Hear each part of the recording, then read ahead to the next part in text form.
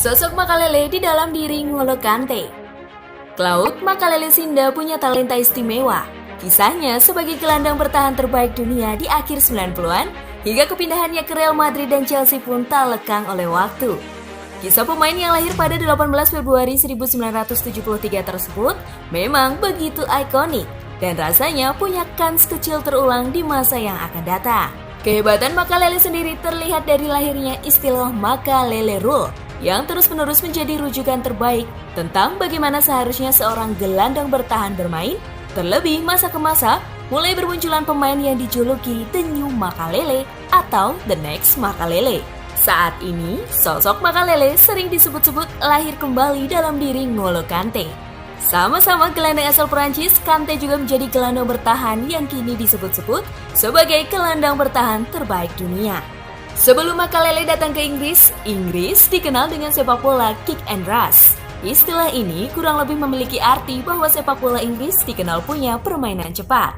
Lebih definitif lagi, di Inggris waktu antara bola berada di satu kotak penalti ke kotak penalti akan terasa singkat karena gaya kesebelasan Inggris yang gemar melepaskan umpan langsung dari penjaga gawang atau pemain belakang ke penyerang jangkung secara terus-menerus.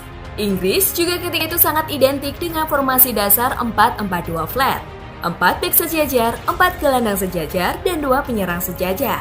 Padahal di belahan Eropa lain pola dasar 4-3-1-2 atau 4-4-2 diamond dan formasi-formasi lain yang menggunakan klasik number 10 banyak digunakan.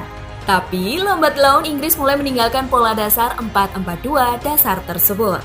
Pola 4-2-3-1 kemudian menjadi pengganti pola 4-4-2. Nah, perubahan pola di Inggris ini tak lepas dari kedatangan Makalele ke Inggris pada 2003. Makalele memang bermain di skema 4-4-2 juga bersama Claudio Ranieri dan Jose Mourinho. Akan tetapi, ia tak seperti dua gelandang tengah di pola 4-4-2 kebanyakan. Karena pemain kelahiran Republik Kongo tersebut lebih sering bermain di depan 4 bek dan sangat jarang ke kotak penalti lawan. Dalam skuad Chelsea, tugas gelandang tengah menyerang diemban Frank Lampard. Karena peran Makalele tersebut, Lampard bisa lebih leluasa dalam menyerang dan menjadi salah satu pencetak gol terbanyak The Blues. Karena itu pula Makalele tidak seperti Patrick Vieira, gelandang bertahan ikonik lainnya yang sekilas punya peran yang sama. Vieira cukup rajin ke kotak penalti lawan, tercatat telah mencetak 58 gol dari 651 laga. Sementara Makalele hanya membuat 25 gol dari total 802 lebih penampilan sepanjang karirnya. Sialnya, tidak banyak pemain seperti Makalele. Tidak hanya di Inggris, Real Madrid pun sempat kesulitan mencari pemain dengan tipikal yang sama dengan Makalele. Sampai akhirnya merekrut Thomas Gravesen dari Everton 2 musim setelah Makalele hengkang. Pembelian tersebut gagal karena Gravesen tidak punya kemampuan itu. Di Inggris memang tak banyak pemain semacam Makalele. Beberapa nama yang dianggap punya kemampuan seperti pemain yang pensiun di PSG tersebut adalah Owen Hargreaves, Mika Carrick, Tom Huddlestone, dan Gareth Barry. Tak heran beberapa kesebelasan besar merekrut pemain asing untuk memainkan peran tersebut seperti Xabi Alonso, Yaya Toure, Alex Song, atau Sandro untuk menemukan versi modern dari Makalele. Perlu diketahui, pelatih yang pertama kali mendatangkan Makalele ke Inggris adalah Claudio Ranieri. Uniknya, Ranieri juga yang memaksimalkan talenta Kante di Inggris bersama Leicester City.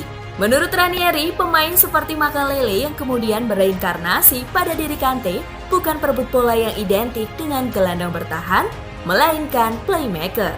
Makalele disebut playmaker oleh Ranieri karena ia melihat kelebihan pemain asal Prancis tersebut dalam mencegah serangan lawan dengan intercept atau tackle bersih menjadi awal serangan timnya dimulai.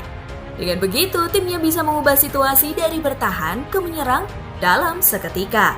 Saat itu, pada awal 2000-an seperti yang dituliskan Jonathan Wilson di The Guardian, pola 4-2-3-1 mulai populer di Spanyol setelah Real Madrid menduetkan Fernando Redondo dan Jeremy untuk membebaskan Steve McManaman atau Raul Gonzalez di belakang penyerang. Ketika itu, 4-2-3-1 dianggap memudahkan sebuah kesebelasan menguasai jalannya pertandingan. Sementara itu, pemain seperti Makalele bisa mengemban tugas ganda yang diperankan double pivot dalam 4-2-3-1 dan itulah kenapa Ranieri menyebut Makalele sebagai playmaker yang kemudian ia mereplikanya bersama Kante di Leicester City. Dengan langkahnya pemain seperti Makalele dan Kante yang bisa peran ganda di lini tengah, sepak bola Eropa mulai didominasi oleh skema dasar 4-2-3-1. Inggris pun ketularan hal tersebut karena gelandang perebut bola yang tersedia benar-benar gelandang tukang jagal murni. Alhasil saat ini, kesebelasan yang tidak punya pemain seperti Kante punya gelandang perebut bola seperti Fernandinho di Manchester City atau Granit Xhaka di Arsenal untuk menyempurnakan pola 4-2-3-1 mereka. Chelsea sendiri termasuk kesebelasan yang ketagihan menggunakan pemain setipikal Makalele. Sebelum berhasil terjawab dengan mendatangkan Kante, The Blues sempat mendatangkan pemain-pemain yang dianggap mewarisi kemampuan Makalele seperti Lassana Diarra, Michael Essien, hingga John Obi Mikel. Di samping pemain seperti Kante dan Makalele sebenarnya lebih banyak bermunculan pemain setipe namun hanya mahir mengintersep bola ditambah kemampuan memulai serangan. Yang jelas munculnya pemain-pemain dengan tipe berbeda tersebut menunjukkan bahwa Makalele adalah talenta istimewa yang pernah dimiliki sepak bola Prancis. Baru Kante yang dianggap mewarisi kehebatannya. Oleh karena itu, setelah Kante, kita tidak tahu kapan lagi ada pemain yang cukup spesial untuk benar-benar layak disejajarkan dengan Makalele tanpa embel-embel the next atau the new. Nah, itulah pembahasan menarik kali ini, gengs. Jika ada tambahan tentang pembahasan di atas, bisa kalian tulis di kolom komentar di bawah ya. Simak terus pembahasan-pembahasan menarik lainnya dari Spasi tentunya. See you, gengs!